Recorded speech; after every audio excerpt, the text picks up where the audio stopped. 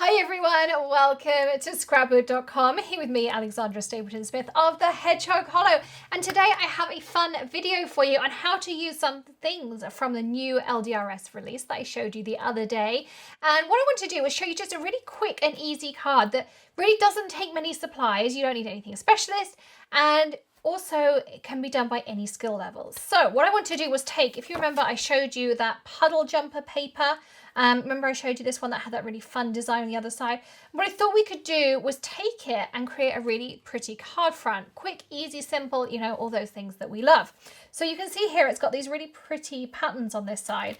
And we're going to take our trimmer and I'm going to take this down to just a little bit shy of card front size. So that's 4 1/4 would be card front size, but I'm going to go just a little bit shy just to give me just a little bit of wiggle room. So I'm going to trim that down. And I like using the Tonic Holtz trimmer. This is one of my favorites because I can trim sentiments. It's got some nice guides on here. I can trim a full sheet of 8.5 by 11, but it's got a really nice kind of compact footprint to it.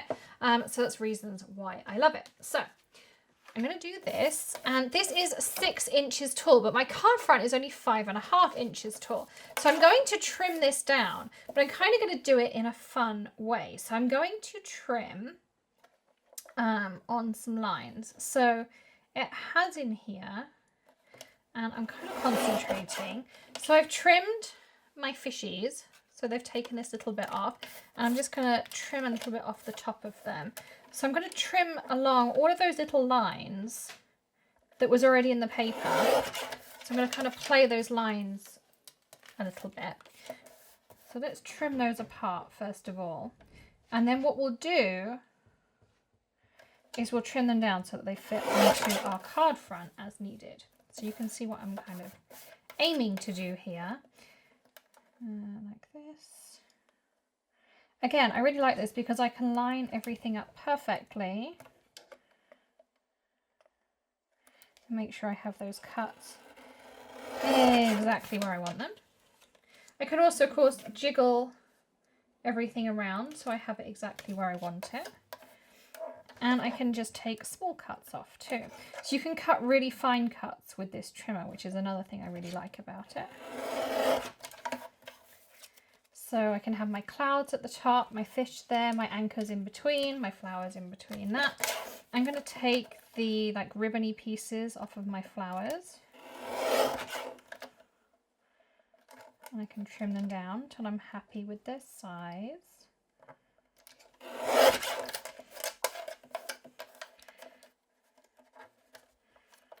So again, just kind of, obviously be careful to not trim your fingers off. We don't want to be doing that.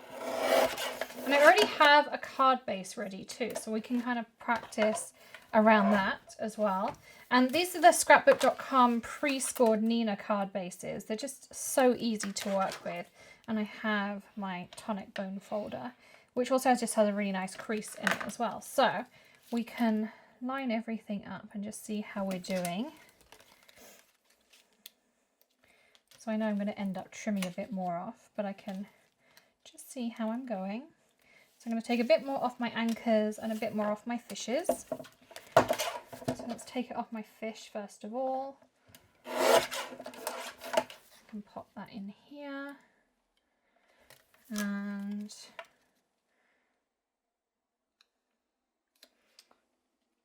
because I want a little bit of a gap.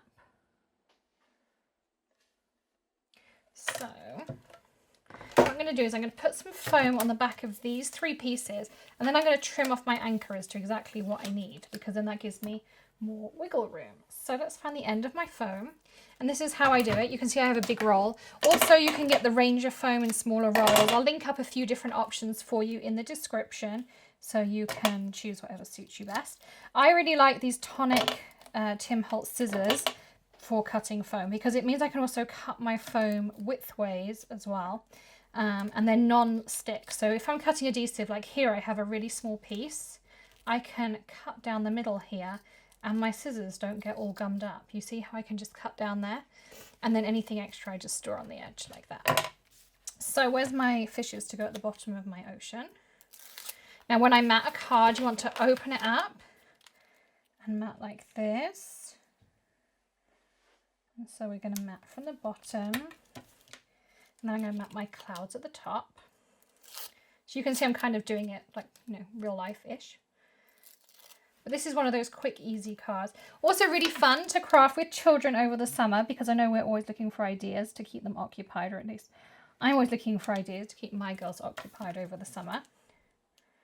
And they love making cards and making, you know, we always have papers and things to use up.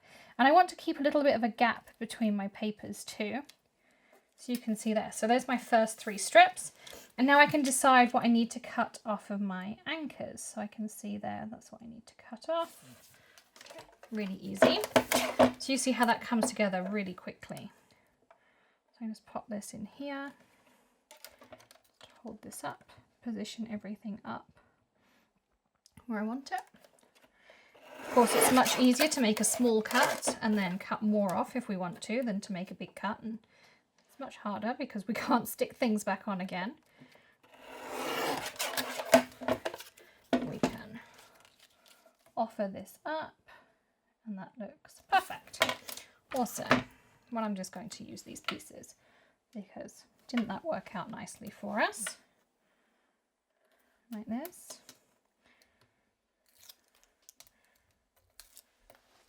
So you can see how that's coming together. And I'm going to line this up here. Now, sentiment wise, you have, of course, so you can see how my card fronts just come together really easily. I mean, how quick was that? So sentiment wise, what options do you have? You could take some thicker stickers. You could take a chipboard piece and just embellish it. All I'm going to do here, because there's some really pretty sentiments in that new stamp set that came with this release. I'm going to take one of these. I think I'm going to do Be Happy, because I'm always needing cards for Be Happy. I'm going to take my MISTI. You could just use an acrylic block. You do not have to use a stamp platform. Make it easy on yourself. I do not use magnets in my MISTI. I use sticky grids. If you want to find out about that video, check out the Hedgehog Hollow channel. All you have to do is this, but you can see just how much easier this makes my life. I'm using the Scrapbook.com hybrid ink in black. It's a really nice, strong black color. Just popping this in. I'm going to stamp out my Be Happy. I mean, how easy was that? Take that out, I'll clean it afterwards. And then again, this is another reason I love this trimmer, is I can really easily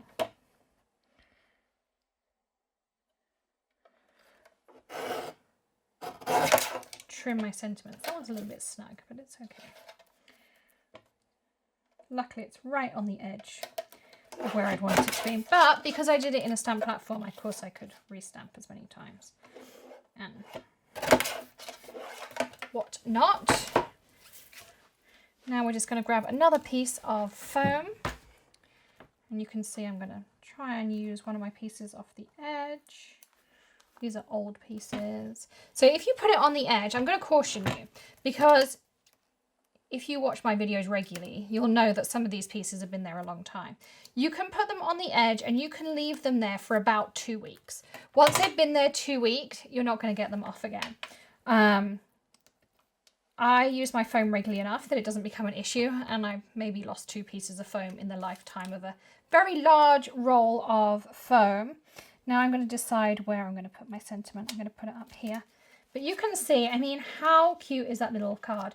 But what I wanted to show you really was just how to use up paper scraps. And if you didn't have a paper that naturally had these breaks, you could build up a scene. You could use different strips of your own. You know, really, really simple, but how cute is that? So that's today's card.